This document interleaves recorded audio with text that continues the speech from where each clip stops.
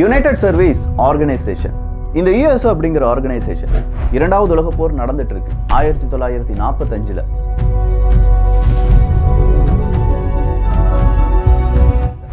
நிறைய ராணுவ வீரர்கள் அவங்களுடைய தாய் நாட்டுக்காகவும் நேச நாட்டுக்காகவும் யுத்தம் செஞ்சிட்டு இருக்காங்க.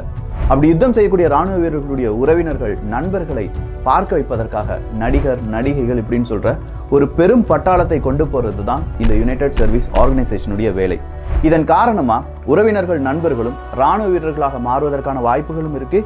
அந்த உறவினர்கள், நண்பர்கள் அவங்களுடைய ராணுவ வீரர்கள் சரியா தான் இருக்காங்க அப்படிங்கிற அந்த ஸ்ட்ரெஸ்ல இருந்து ரிலீவ் ஆகிறதுக்கான வாய்ப்புகளும் இருக்கு. ஆனா இதுக்கு எல்லாத்துக்குமே பரிச்சயமான ஒரு முகம் யுனைடெட் சர்வீஸ் ஆர்கனைசேஷனுக்கு தேவைப்பட்டுச்சு. யாரா இருக்கும் அப்படிங்கிற கேள்விக்கு எல்லாரும் சொன்ன ஒரே பதில் கேண்டி ஜான்ஸ்.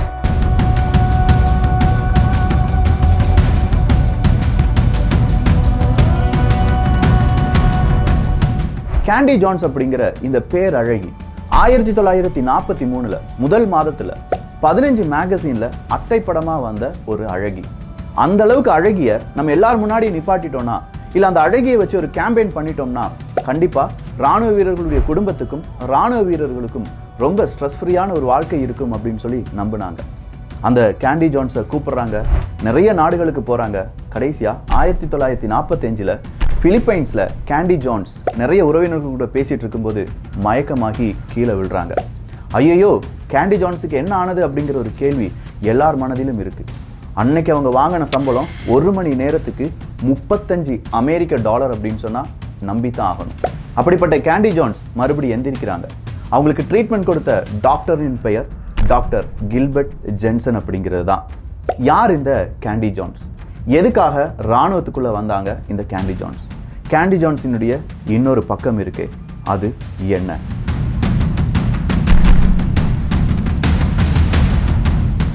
அன்பு தமிழஞ்சங்களுக்கு தமிழ் பொக்கிஷத்தின் வணக்கங்கள்.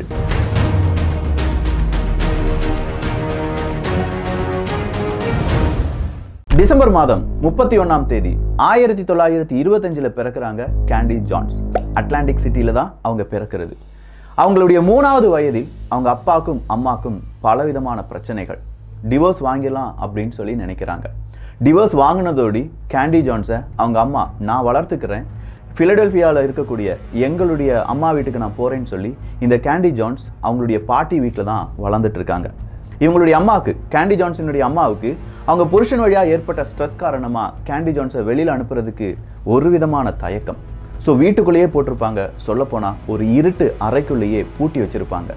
அவங்களுடைய அப்பா மாதத்துக்கு ஒரு முறையோ 2 மாதத்துக்கு ஒரு முறையோ கேண்டி ஜான்ஸை பார்க்க வரும்போதெல்லாம் அவங்களுடைய மனைவி மீது ஏற்பட்ட அந்த கோபம் காரணமா கேண்டி ஜான்ஸினுடைய கை விரல்களை ஒடிப்பது, இல்லை அவளை அழுக வைப்பது அப்படின்னு சொல்லியே அவங்களுடைய அப்பாவும் கேண்டி ஜான்ஸுக்கு பிசிக்கல் அபியூஸ் அப்படிங்கிறத செய்கிறாங்க. அம்மாவும் ஒரு கட்டத்தில் கணவன் மீதான கோபத்தை கேண்டி ஜான்ஸ்கிட்ட காண்பிப்பாங்க. இந்த காயங்கள் எல்லாமே வெளியில தெரியாமல் இருப்பதற்கு கேண்டி ஜான்ஸ் ரொம்ப லாங்கான ட்ரெஸ்ஸை போட்டே நடப்பாங்க என்பதும் குறிப்பிடத்தக்கது. இருட்டு அறைக்குள்ள இருக்கக்கூடிய கேண்டி ஜான்ஸுக்கு நண்பர்கள் அப்படிங்கிறது வெகு சில நபர்களே. அந்த நண்பர்களையும் நினைக்கிற நேரத்தில் பார்க்க முடியாது. ஸோ கேண்டி ஜான்ஸ் அந்த இருட்டு அறைக்குள்ள அவங்களுக்கான நண்பர்களை உருவாக்க ஆரம்பிக்கிறார். சின்னதா ஒரு ஓட்டை, அந்த ஓட்டை வழியா ஒரு சன்லைட் அப்படியே வெளியில வந்து அந்த ரூமுக்குள்ள வருது. அது அதனுடைய நண்பனாகவும், அங்க இருக்கக்கூடிய காற்று இந்த கேண்டி ஜான்ஸினுடைய நண்பர்களாகவும் உறவினர்களாகவும் இந்த கேண்டி ஜான்ஸை நினைக்க ஆரம்பிக்கிறார். ஒவ்வொரு அந்த ஒளிக்கற்றையை பார்க்கும் போதும் அவளுக்கு ஒரு நண்பருடைய முகம் தெரிகிறது. இப்படி கேண்டி ஜான்ஸ் அவளுக்குள்ள ஒரு உலகத்தை அப்படியே ஃபார்ம் பண்ணி அதுல ஒரு கேரக்டராகவே வாழ ஆரம்பிக்கிறார் இந்த கேண்டி ஜான்ஸ். ஒரு கட்டத்துல கேண்டி ஜான்ஸினுடைய பாட்டி இறந்துடுறாங்க. மறுபடியும் அட்லாண்டிக் சிட்டிக்கே வராங்க கேண்டி ஜான்ஸும் கேண்டி ஜான்ஸினுடைய அம்மாவும். அவங்களுடைய அம்மா அப்போதும் நிறைய ரெஸ்ட்ரிக்ஷன்ஸ் கொடுக்குறாங்க. அட்லாண்டிக் சிட்டியில மிஸ் அட்லாண்டிக் சிட்டி அப்படிங்கிற ஒரு கான்டெஸ்ட் நடக்குது.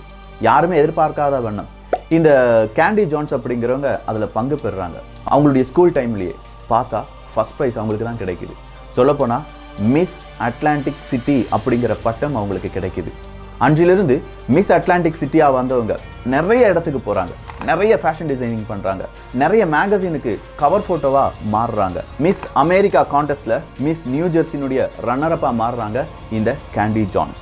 ஸோ 1943 ஒரே நேரத்தில் 13 15 மேகசினுடைய அட்டைப்படமாக மாறக்கூடிய கேண்டி ஜான்ஸுக்கு ரசிகர் பட்டாளம் அப்படிங்கிறது தனித்தனியாக உருவாகுது, ஒவ்வொரு இடத்துலையும் உருவாகுது.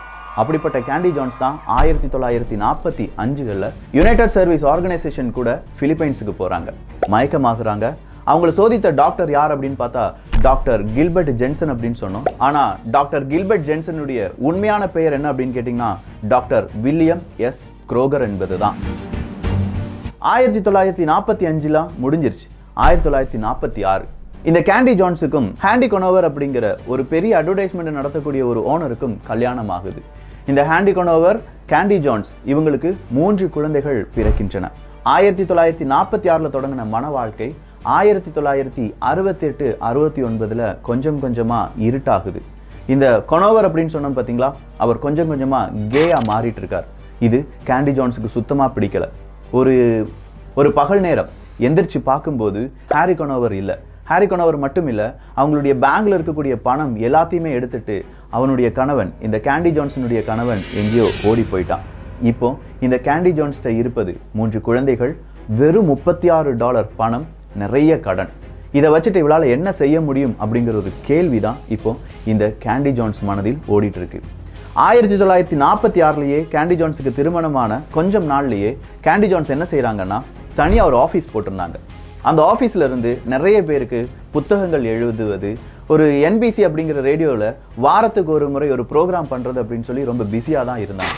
ஸோ அதே NBC ரேடியோ ஸ்டேஷன்ட்டு போய் எனக்கு இப்போ வேலை வேணும், ஃபுல் டைம் வேலை வேணும் அப்படின்னு சொல்லி கேட்குறாங்க. எனக்கு ஆஃபீஸ்லாம் இருக்குன்னு சொன்னோன்னே NBC ரேடியோ ஸ்டேஷனும் அவங்களுக்கான வேலையை கொடுக்குது. அந்த வேலையை சரியாக செஞ்சுட்டு இருக்காங்க கேண்டி ஜான்ஸ். அந்த வேலையின் போது, ஏன்னா ஒரு ரேடியோ ஸ்டேஷன் நிறைய பேர் கூட அவங்க இன்டர்வியூ எடுக்க வேண்டியதாக இருக்குது, நிறைய நபர்களை பார்க்க வேண்டியதாக இருக்குது, நிறைய பேரை பார்ப்பதற்கு வெளிநாடுகளுக்கு செல்ல வேண்டியதாக இருக்குது.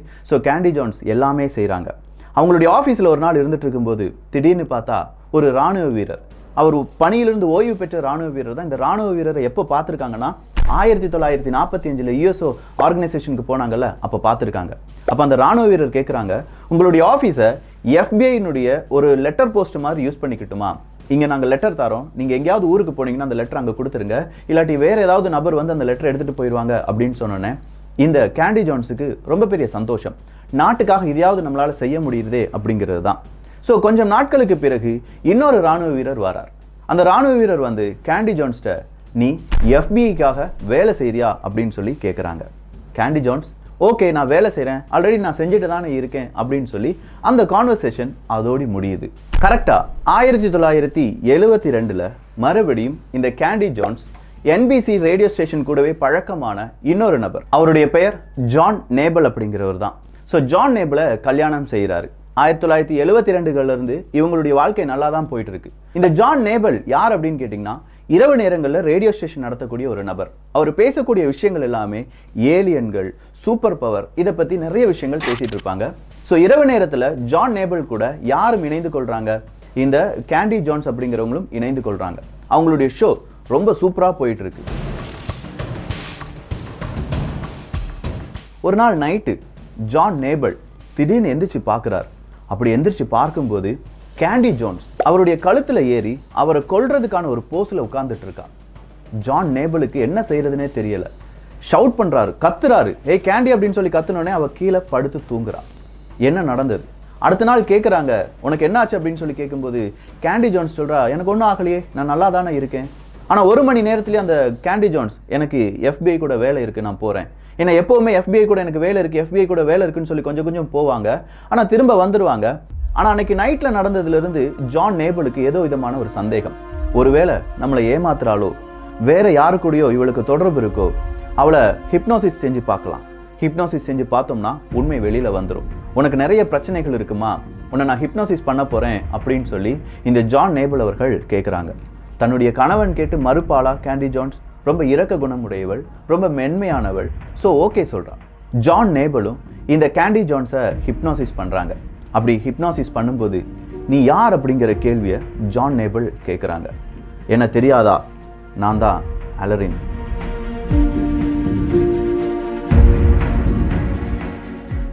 அலரினா, உன்னை தெரியாதே அப்படின்னு சொல்லும்போது தான் ஜான் நேபலுக்கு தூக்கி வாரி போடுது. அலரின்னா யாரு, அலரினுடைய வாழ்க்கை என்ன அப்படின்னு சொல்லி ஜான் கேட்குறாரு. அலரின் சொல்றாங்க, அலரின் ஒரு FBI ஏஜென்ட். நாங்கள் CIA கூட வேலை பார்த்துட்டு இருக்கோம்.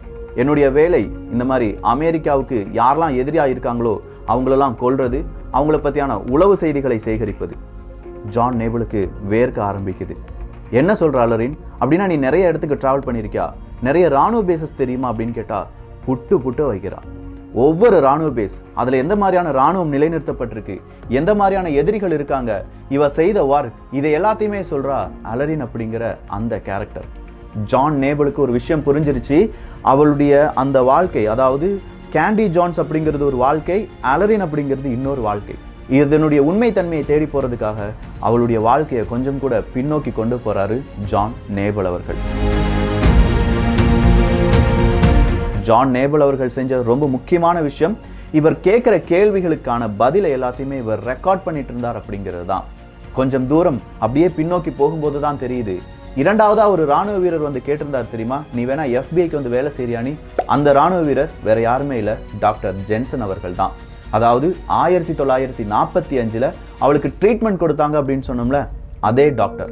உண்மையிலேயே ட்ரீட்மெண்ட் கொடுக்குற அளவுக்கு அந்த டாக்டர் நார்மலா மெடிக்கல் படிச்சவர் கிடையாது, அவர் ஒரு சைக்காட்ரிஸ்ட். 1945 கேண்டி ஜான்சனுடைய மனதில் என்ன இருக்குன்னு தெரிந்தவர் தான் டாக்டர் ஜென்சன். 1946 அவங்களுக்கு கல்யாணம் நடக்குது. 1959 அவங்களுக்கு டிவோர்ஸ் நடக்குது. 1959 பிறகு தனிமையுடன் தான் இருக்காங்க. அவங்களுக்கு பணம் தேவைப்படுது, நாட்டுப்பற்றுடன் இருக்கிறாள், அழகா இருக்கா, நிறைய பேர் கூட பேசிட்டு இருக்கா. ஒரு ஸ்பைக்கு இதை விட வேற என்ன குணாதிசயங்கள் வேணும்? டாக்டர் ஜென்சன் இந்த கேண்டி ஜான்ஸை சிஏனுடைய ஒரு மெம்பரா மாத்துறாரு.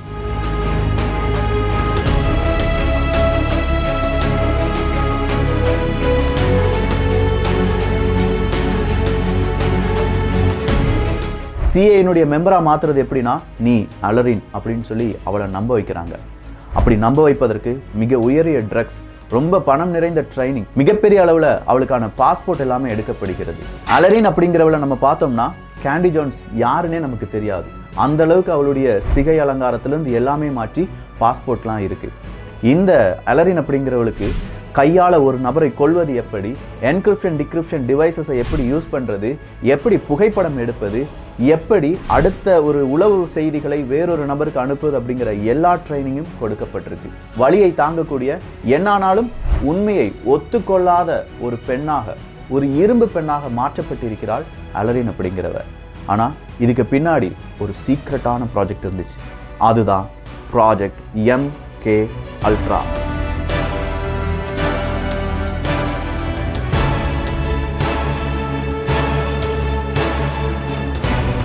ப்ராஜெக்ட் MK அல்ட்ரால இந்த கேண்டி ஜான்ஸும் பயன்படுத்தப்பட்டிருக்கிறாள். அவளுடைய மனதில் என்ன இருக்கு அப்படிங்கிறத தெரிந்து கொண்ட டாக்டர் ஜென்சன் அவளை அலரினாவே மாத்திருக்காரு. ஒரு கட்டத்தில் இந்த ஜென்சன் அப்படிங்கிறவர் தான் இந்த கேண்டி ஜான்சனுடைய கண்ட்ரோல் ஏஜென்ட். டாக்டர் ஜென்சன் இந்த கேண்டி ஜான்ஸ்ட வந்து சில வார்த்தைகள் சொன்னாங்கன்னா உடனே அவ அலரினா மாறிடுவா. அலரினா மாறிட்டானா இவளுக்கு என்ன நடக்குது அப்படிங்கிறதே தெரியாது.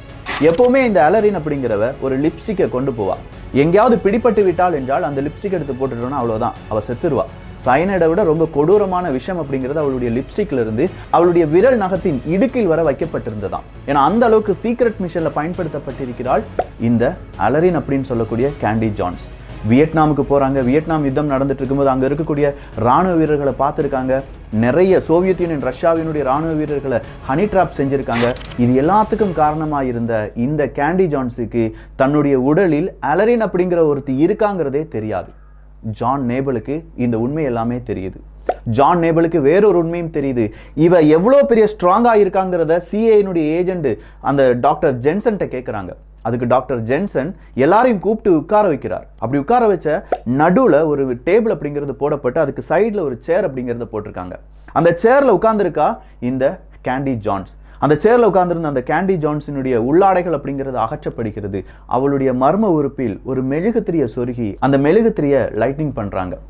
அந்த மெழுகுத்திரை எரிந்து அவளுடைய உடலில் சின்னதா தீக்காயம் ஏற்படுகிறது. அதுவும் முக்கியமான உறுப்பில் தீக்காயம் ஏற்படுது. அந்த வலியை கூட உணர முடியாத ஒரு ஸ்ட்ராங்கா யார் இருந்தாங்க? இந்த அர்லின் அப்படிங்கிறவங்க இருந்தாங்க. அதுக்கான காரணம் 3 வயதிலிருந்தே அவ கொடுமையும் தனிமையும் இருட்டு அறையையும் அதனுடைய ஒரு உருவத்தையும் அதுல ஏற்பட்ட பல பிரச்சனைகளையும் தாங்கி தாங்கி வந்தவள். அதனால இந்த வழி அவளுக்கு வழியாவே தெரியாதுன்னு சொன்னதுனால தான் சிஏஏல அவளையும் சேர்த்துக்கிட்டாங்க ப்ராஜெக்ட் MK அல்ட்ரால. இந்த செய்தியை ஜான் நேபிள் அவர்கள் அவருடைய ரேடியோல சொல்றாங்க. இதை நம்ப மறுக்கிறாங்க கேண்டி ஜான்ஸ். ரேடியோல சொன்ன ஜான் நேபிள் அவர்களை நிறைய பேர் கேலி கிண்டல் பண்றாங்க. நீ சொல்ற மாதிரி ஏலியன் கதையெல்லாம் சொல்லி இப்போ கடைசியா ப்ராஜெக்ட் MK அல்ட்ரான்னு ஒன்று இருக்குன்னு நம்ப வைக்கிறியா அப்படிங்கிற கேள்வி இவரை நோக்கி வருகிறது. கரெக்டா 2 வருடம் கேலி கிண்டல்லாம் தாங்கிட்டு இருந்த ஜான் நேபிள் அவர்களுக்கு ஒரு ப்ரூஃப் கிடைக்குது. ஆமா, அமெரிக்கா ஒத்துக்கிறாங்க, நாங்க மைண்ட் கண்ட்ரோல் ப்ராஜெக்ட்ல இருந்தோம். அந்த ப்ராஜெக்ட் MK அல்ட்ரா தான். நிறைய பேரை பயன்படுத்தணும். ஒரு கட்டத்துக்கு மேல அது எங்களுக்கே நெகட்டிவா மாறிடுச்சு. அதனால ப்ராஜெக்ட் MK அல்ட்ராவை நாங்க வித்ட்ரா பண்ணிட்டோம். அந்த MK அல்ட்ரால இவளுடைய பெயரும் இருந்ததா என்றால் ஆம். அப்படின்னா என்னதான் செஞ்சாங்க? ஒரு மனிதனை இல்லாட்டி பல மனிதர்களை ஒன்றிணைத்து அவங்களுடைய மூளையை அப்படியே இராணுவத்துக்காக செயல்பட வைத்து அவங்களுக்கு தேவையான விஷயங்களை செஞ்சுட்டு அடுத்ததான் நார்மல் மனுஷனா மாற்றி சொசைட்டியில் வாழ விட்டுருவாங்க. இவங்க என்ன செஞ்சாங்க, எந்த மாதிரியான லெட்டரை பாஸ் பண்ணாங்க, எந்த மாதிரியான இன்ஃபர்மேஷனை ஒரு இடத்துல இருந்து இன்னொரு இடத்துக்கு பாஸ் பண்ணாங்க, இது எதுவுமே தெரியாது. அவங்களுடைய மைண்ட் யாருடைய கண்ட்ரோலில் இருக்கும்? CIA கண்ட்ரோலில் இருக்கும். அப்படி ஒரு அழகி, ஒரு பேரழகி அவருடைய வாழ்க்கையை 2 வாழ்க்கையாக வாழ்ந்தாள் என்பதும் கொஞ்சம் நாட்கள்லேயே அவருடைய கணவன் இறந்துடுறார். யார்? ஜான் நேபிள் அப்படிங்கிறவர் இறந்துடுறார். அடுத்ததாக கொஞ்சம் வருடங்களில் இவங்களுக்கும் கேன்சர் வந்து இறந்துடுறாங்க. ஆனால் இந்த ஒரு செய்தி இன்னைக்கும் மிகப்பெரிய அளவில் யாராலையும் நம்ப முடியாத ஆனால் உண்மையாக நடந்த செய்தியாக இருக்கு. கொஞ்சம் யோசிச்சு பாருங்க, எப்படி இருந்திருக்கும்? எவ்வளவு ட்விஸ்ட் இருக்கு. இது ஒரு சினிமாவாக எடுத்தால் செமையாக இருக்கும்ல. ஐடியா இருக்குது, இதில் நிறைய விஷயங்களும் இருக்குது. இன்னும் கொஞ்சம் ஆழமாக அந்த பெண்ணினுடைய வாழ்க்கையை கொஞ்சம் யோசிச்சு பாருங்கள். அவள் என்னெல்லாம் செஞ்சுருப்பா, அவளுக்கு எப்படிலாம் துன்பங்கள் வந்திருக்கும், எந்த மாதிரியான ட்ரைனிங் கொடுக்கப்பட்டிருக்கும். நம்ப மறுக்கிறது. நேற்று நைட்டு இதை வாசித்ததுலேருந்து நானும் சரியாக தூங்கலை. எனக்கும் அவளை பார்க்கணும், அவளுக்கு ஒரு சல்யூட் கொடுக்கணும் அப்படின்னு மட்டும்தான் தோன்றிக்கிறது. இந்த ஒரு காணொளி பற்றிய உங்களுடைய கருத்துக்கள் இங்கே வரவேற்கப்படுகின்றன. எல்லோரும் தமிழ் பொக்கிஷத்தில் இணைந்திருங்கள். நல்லதை பகிர்ந்து நல்ல சமுதாயத்தை உருவாக்குவோம். நன்றி, வணக்கம்.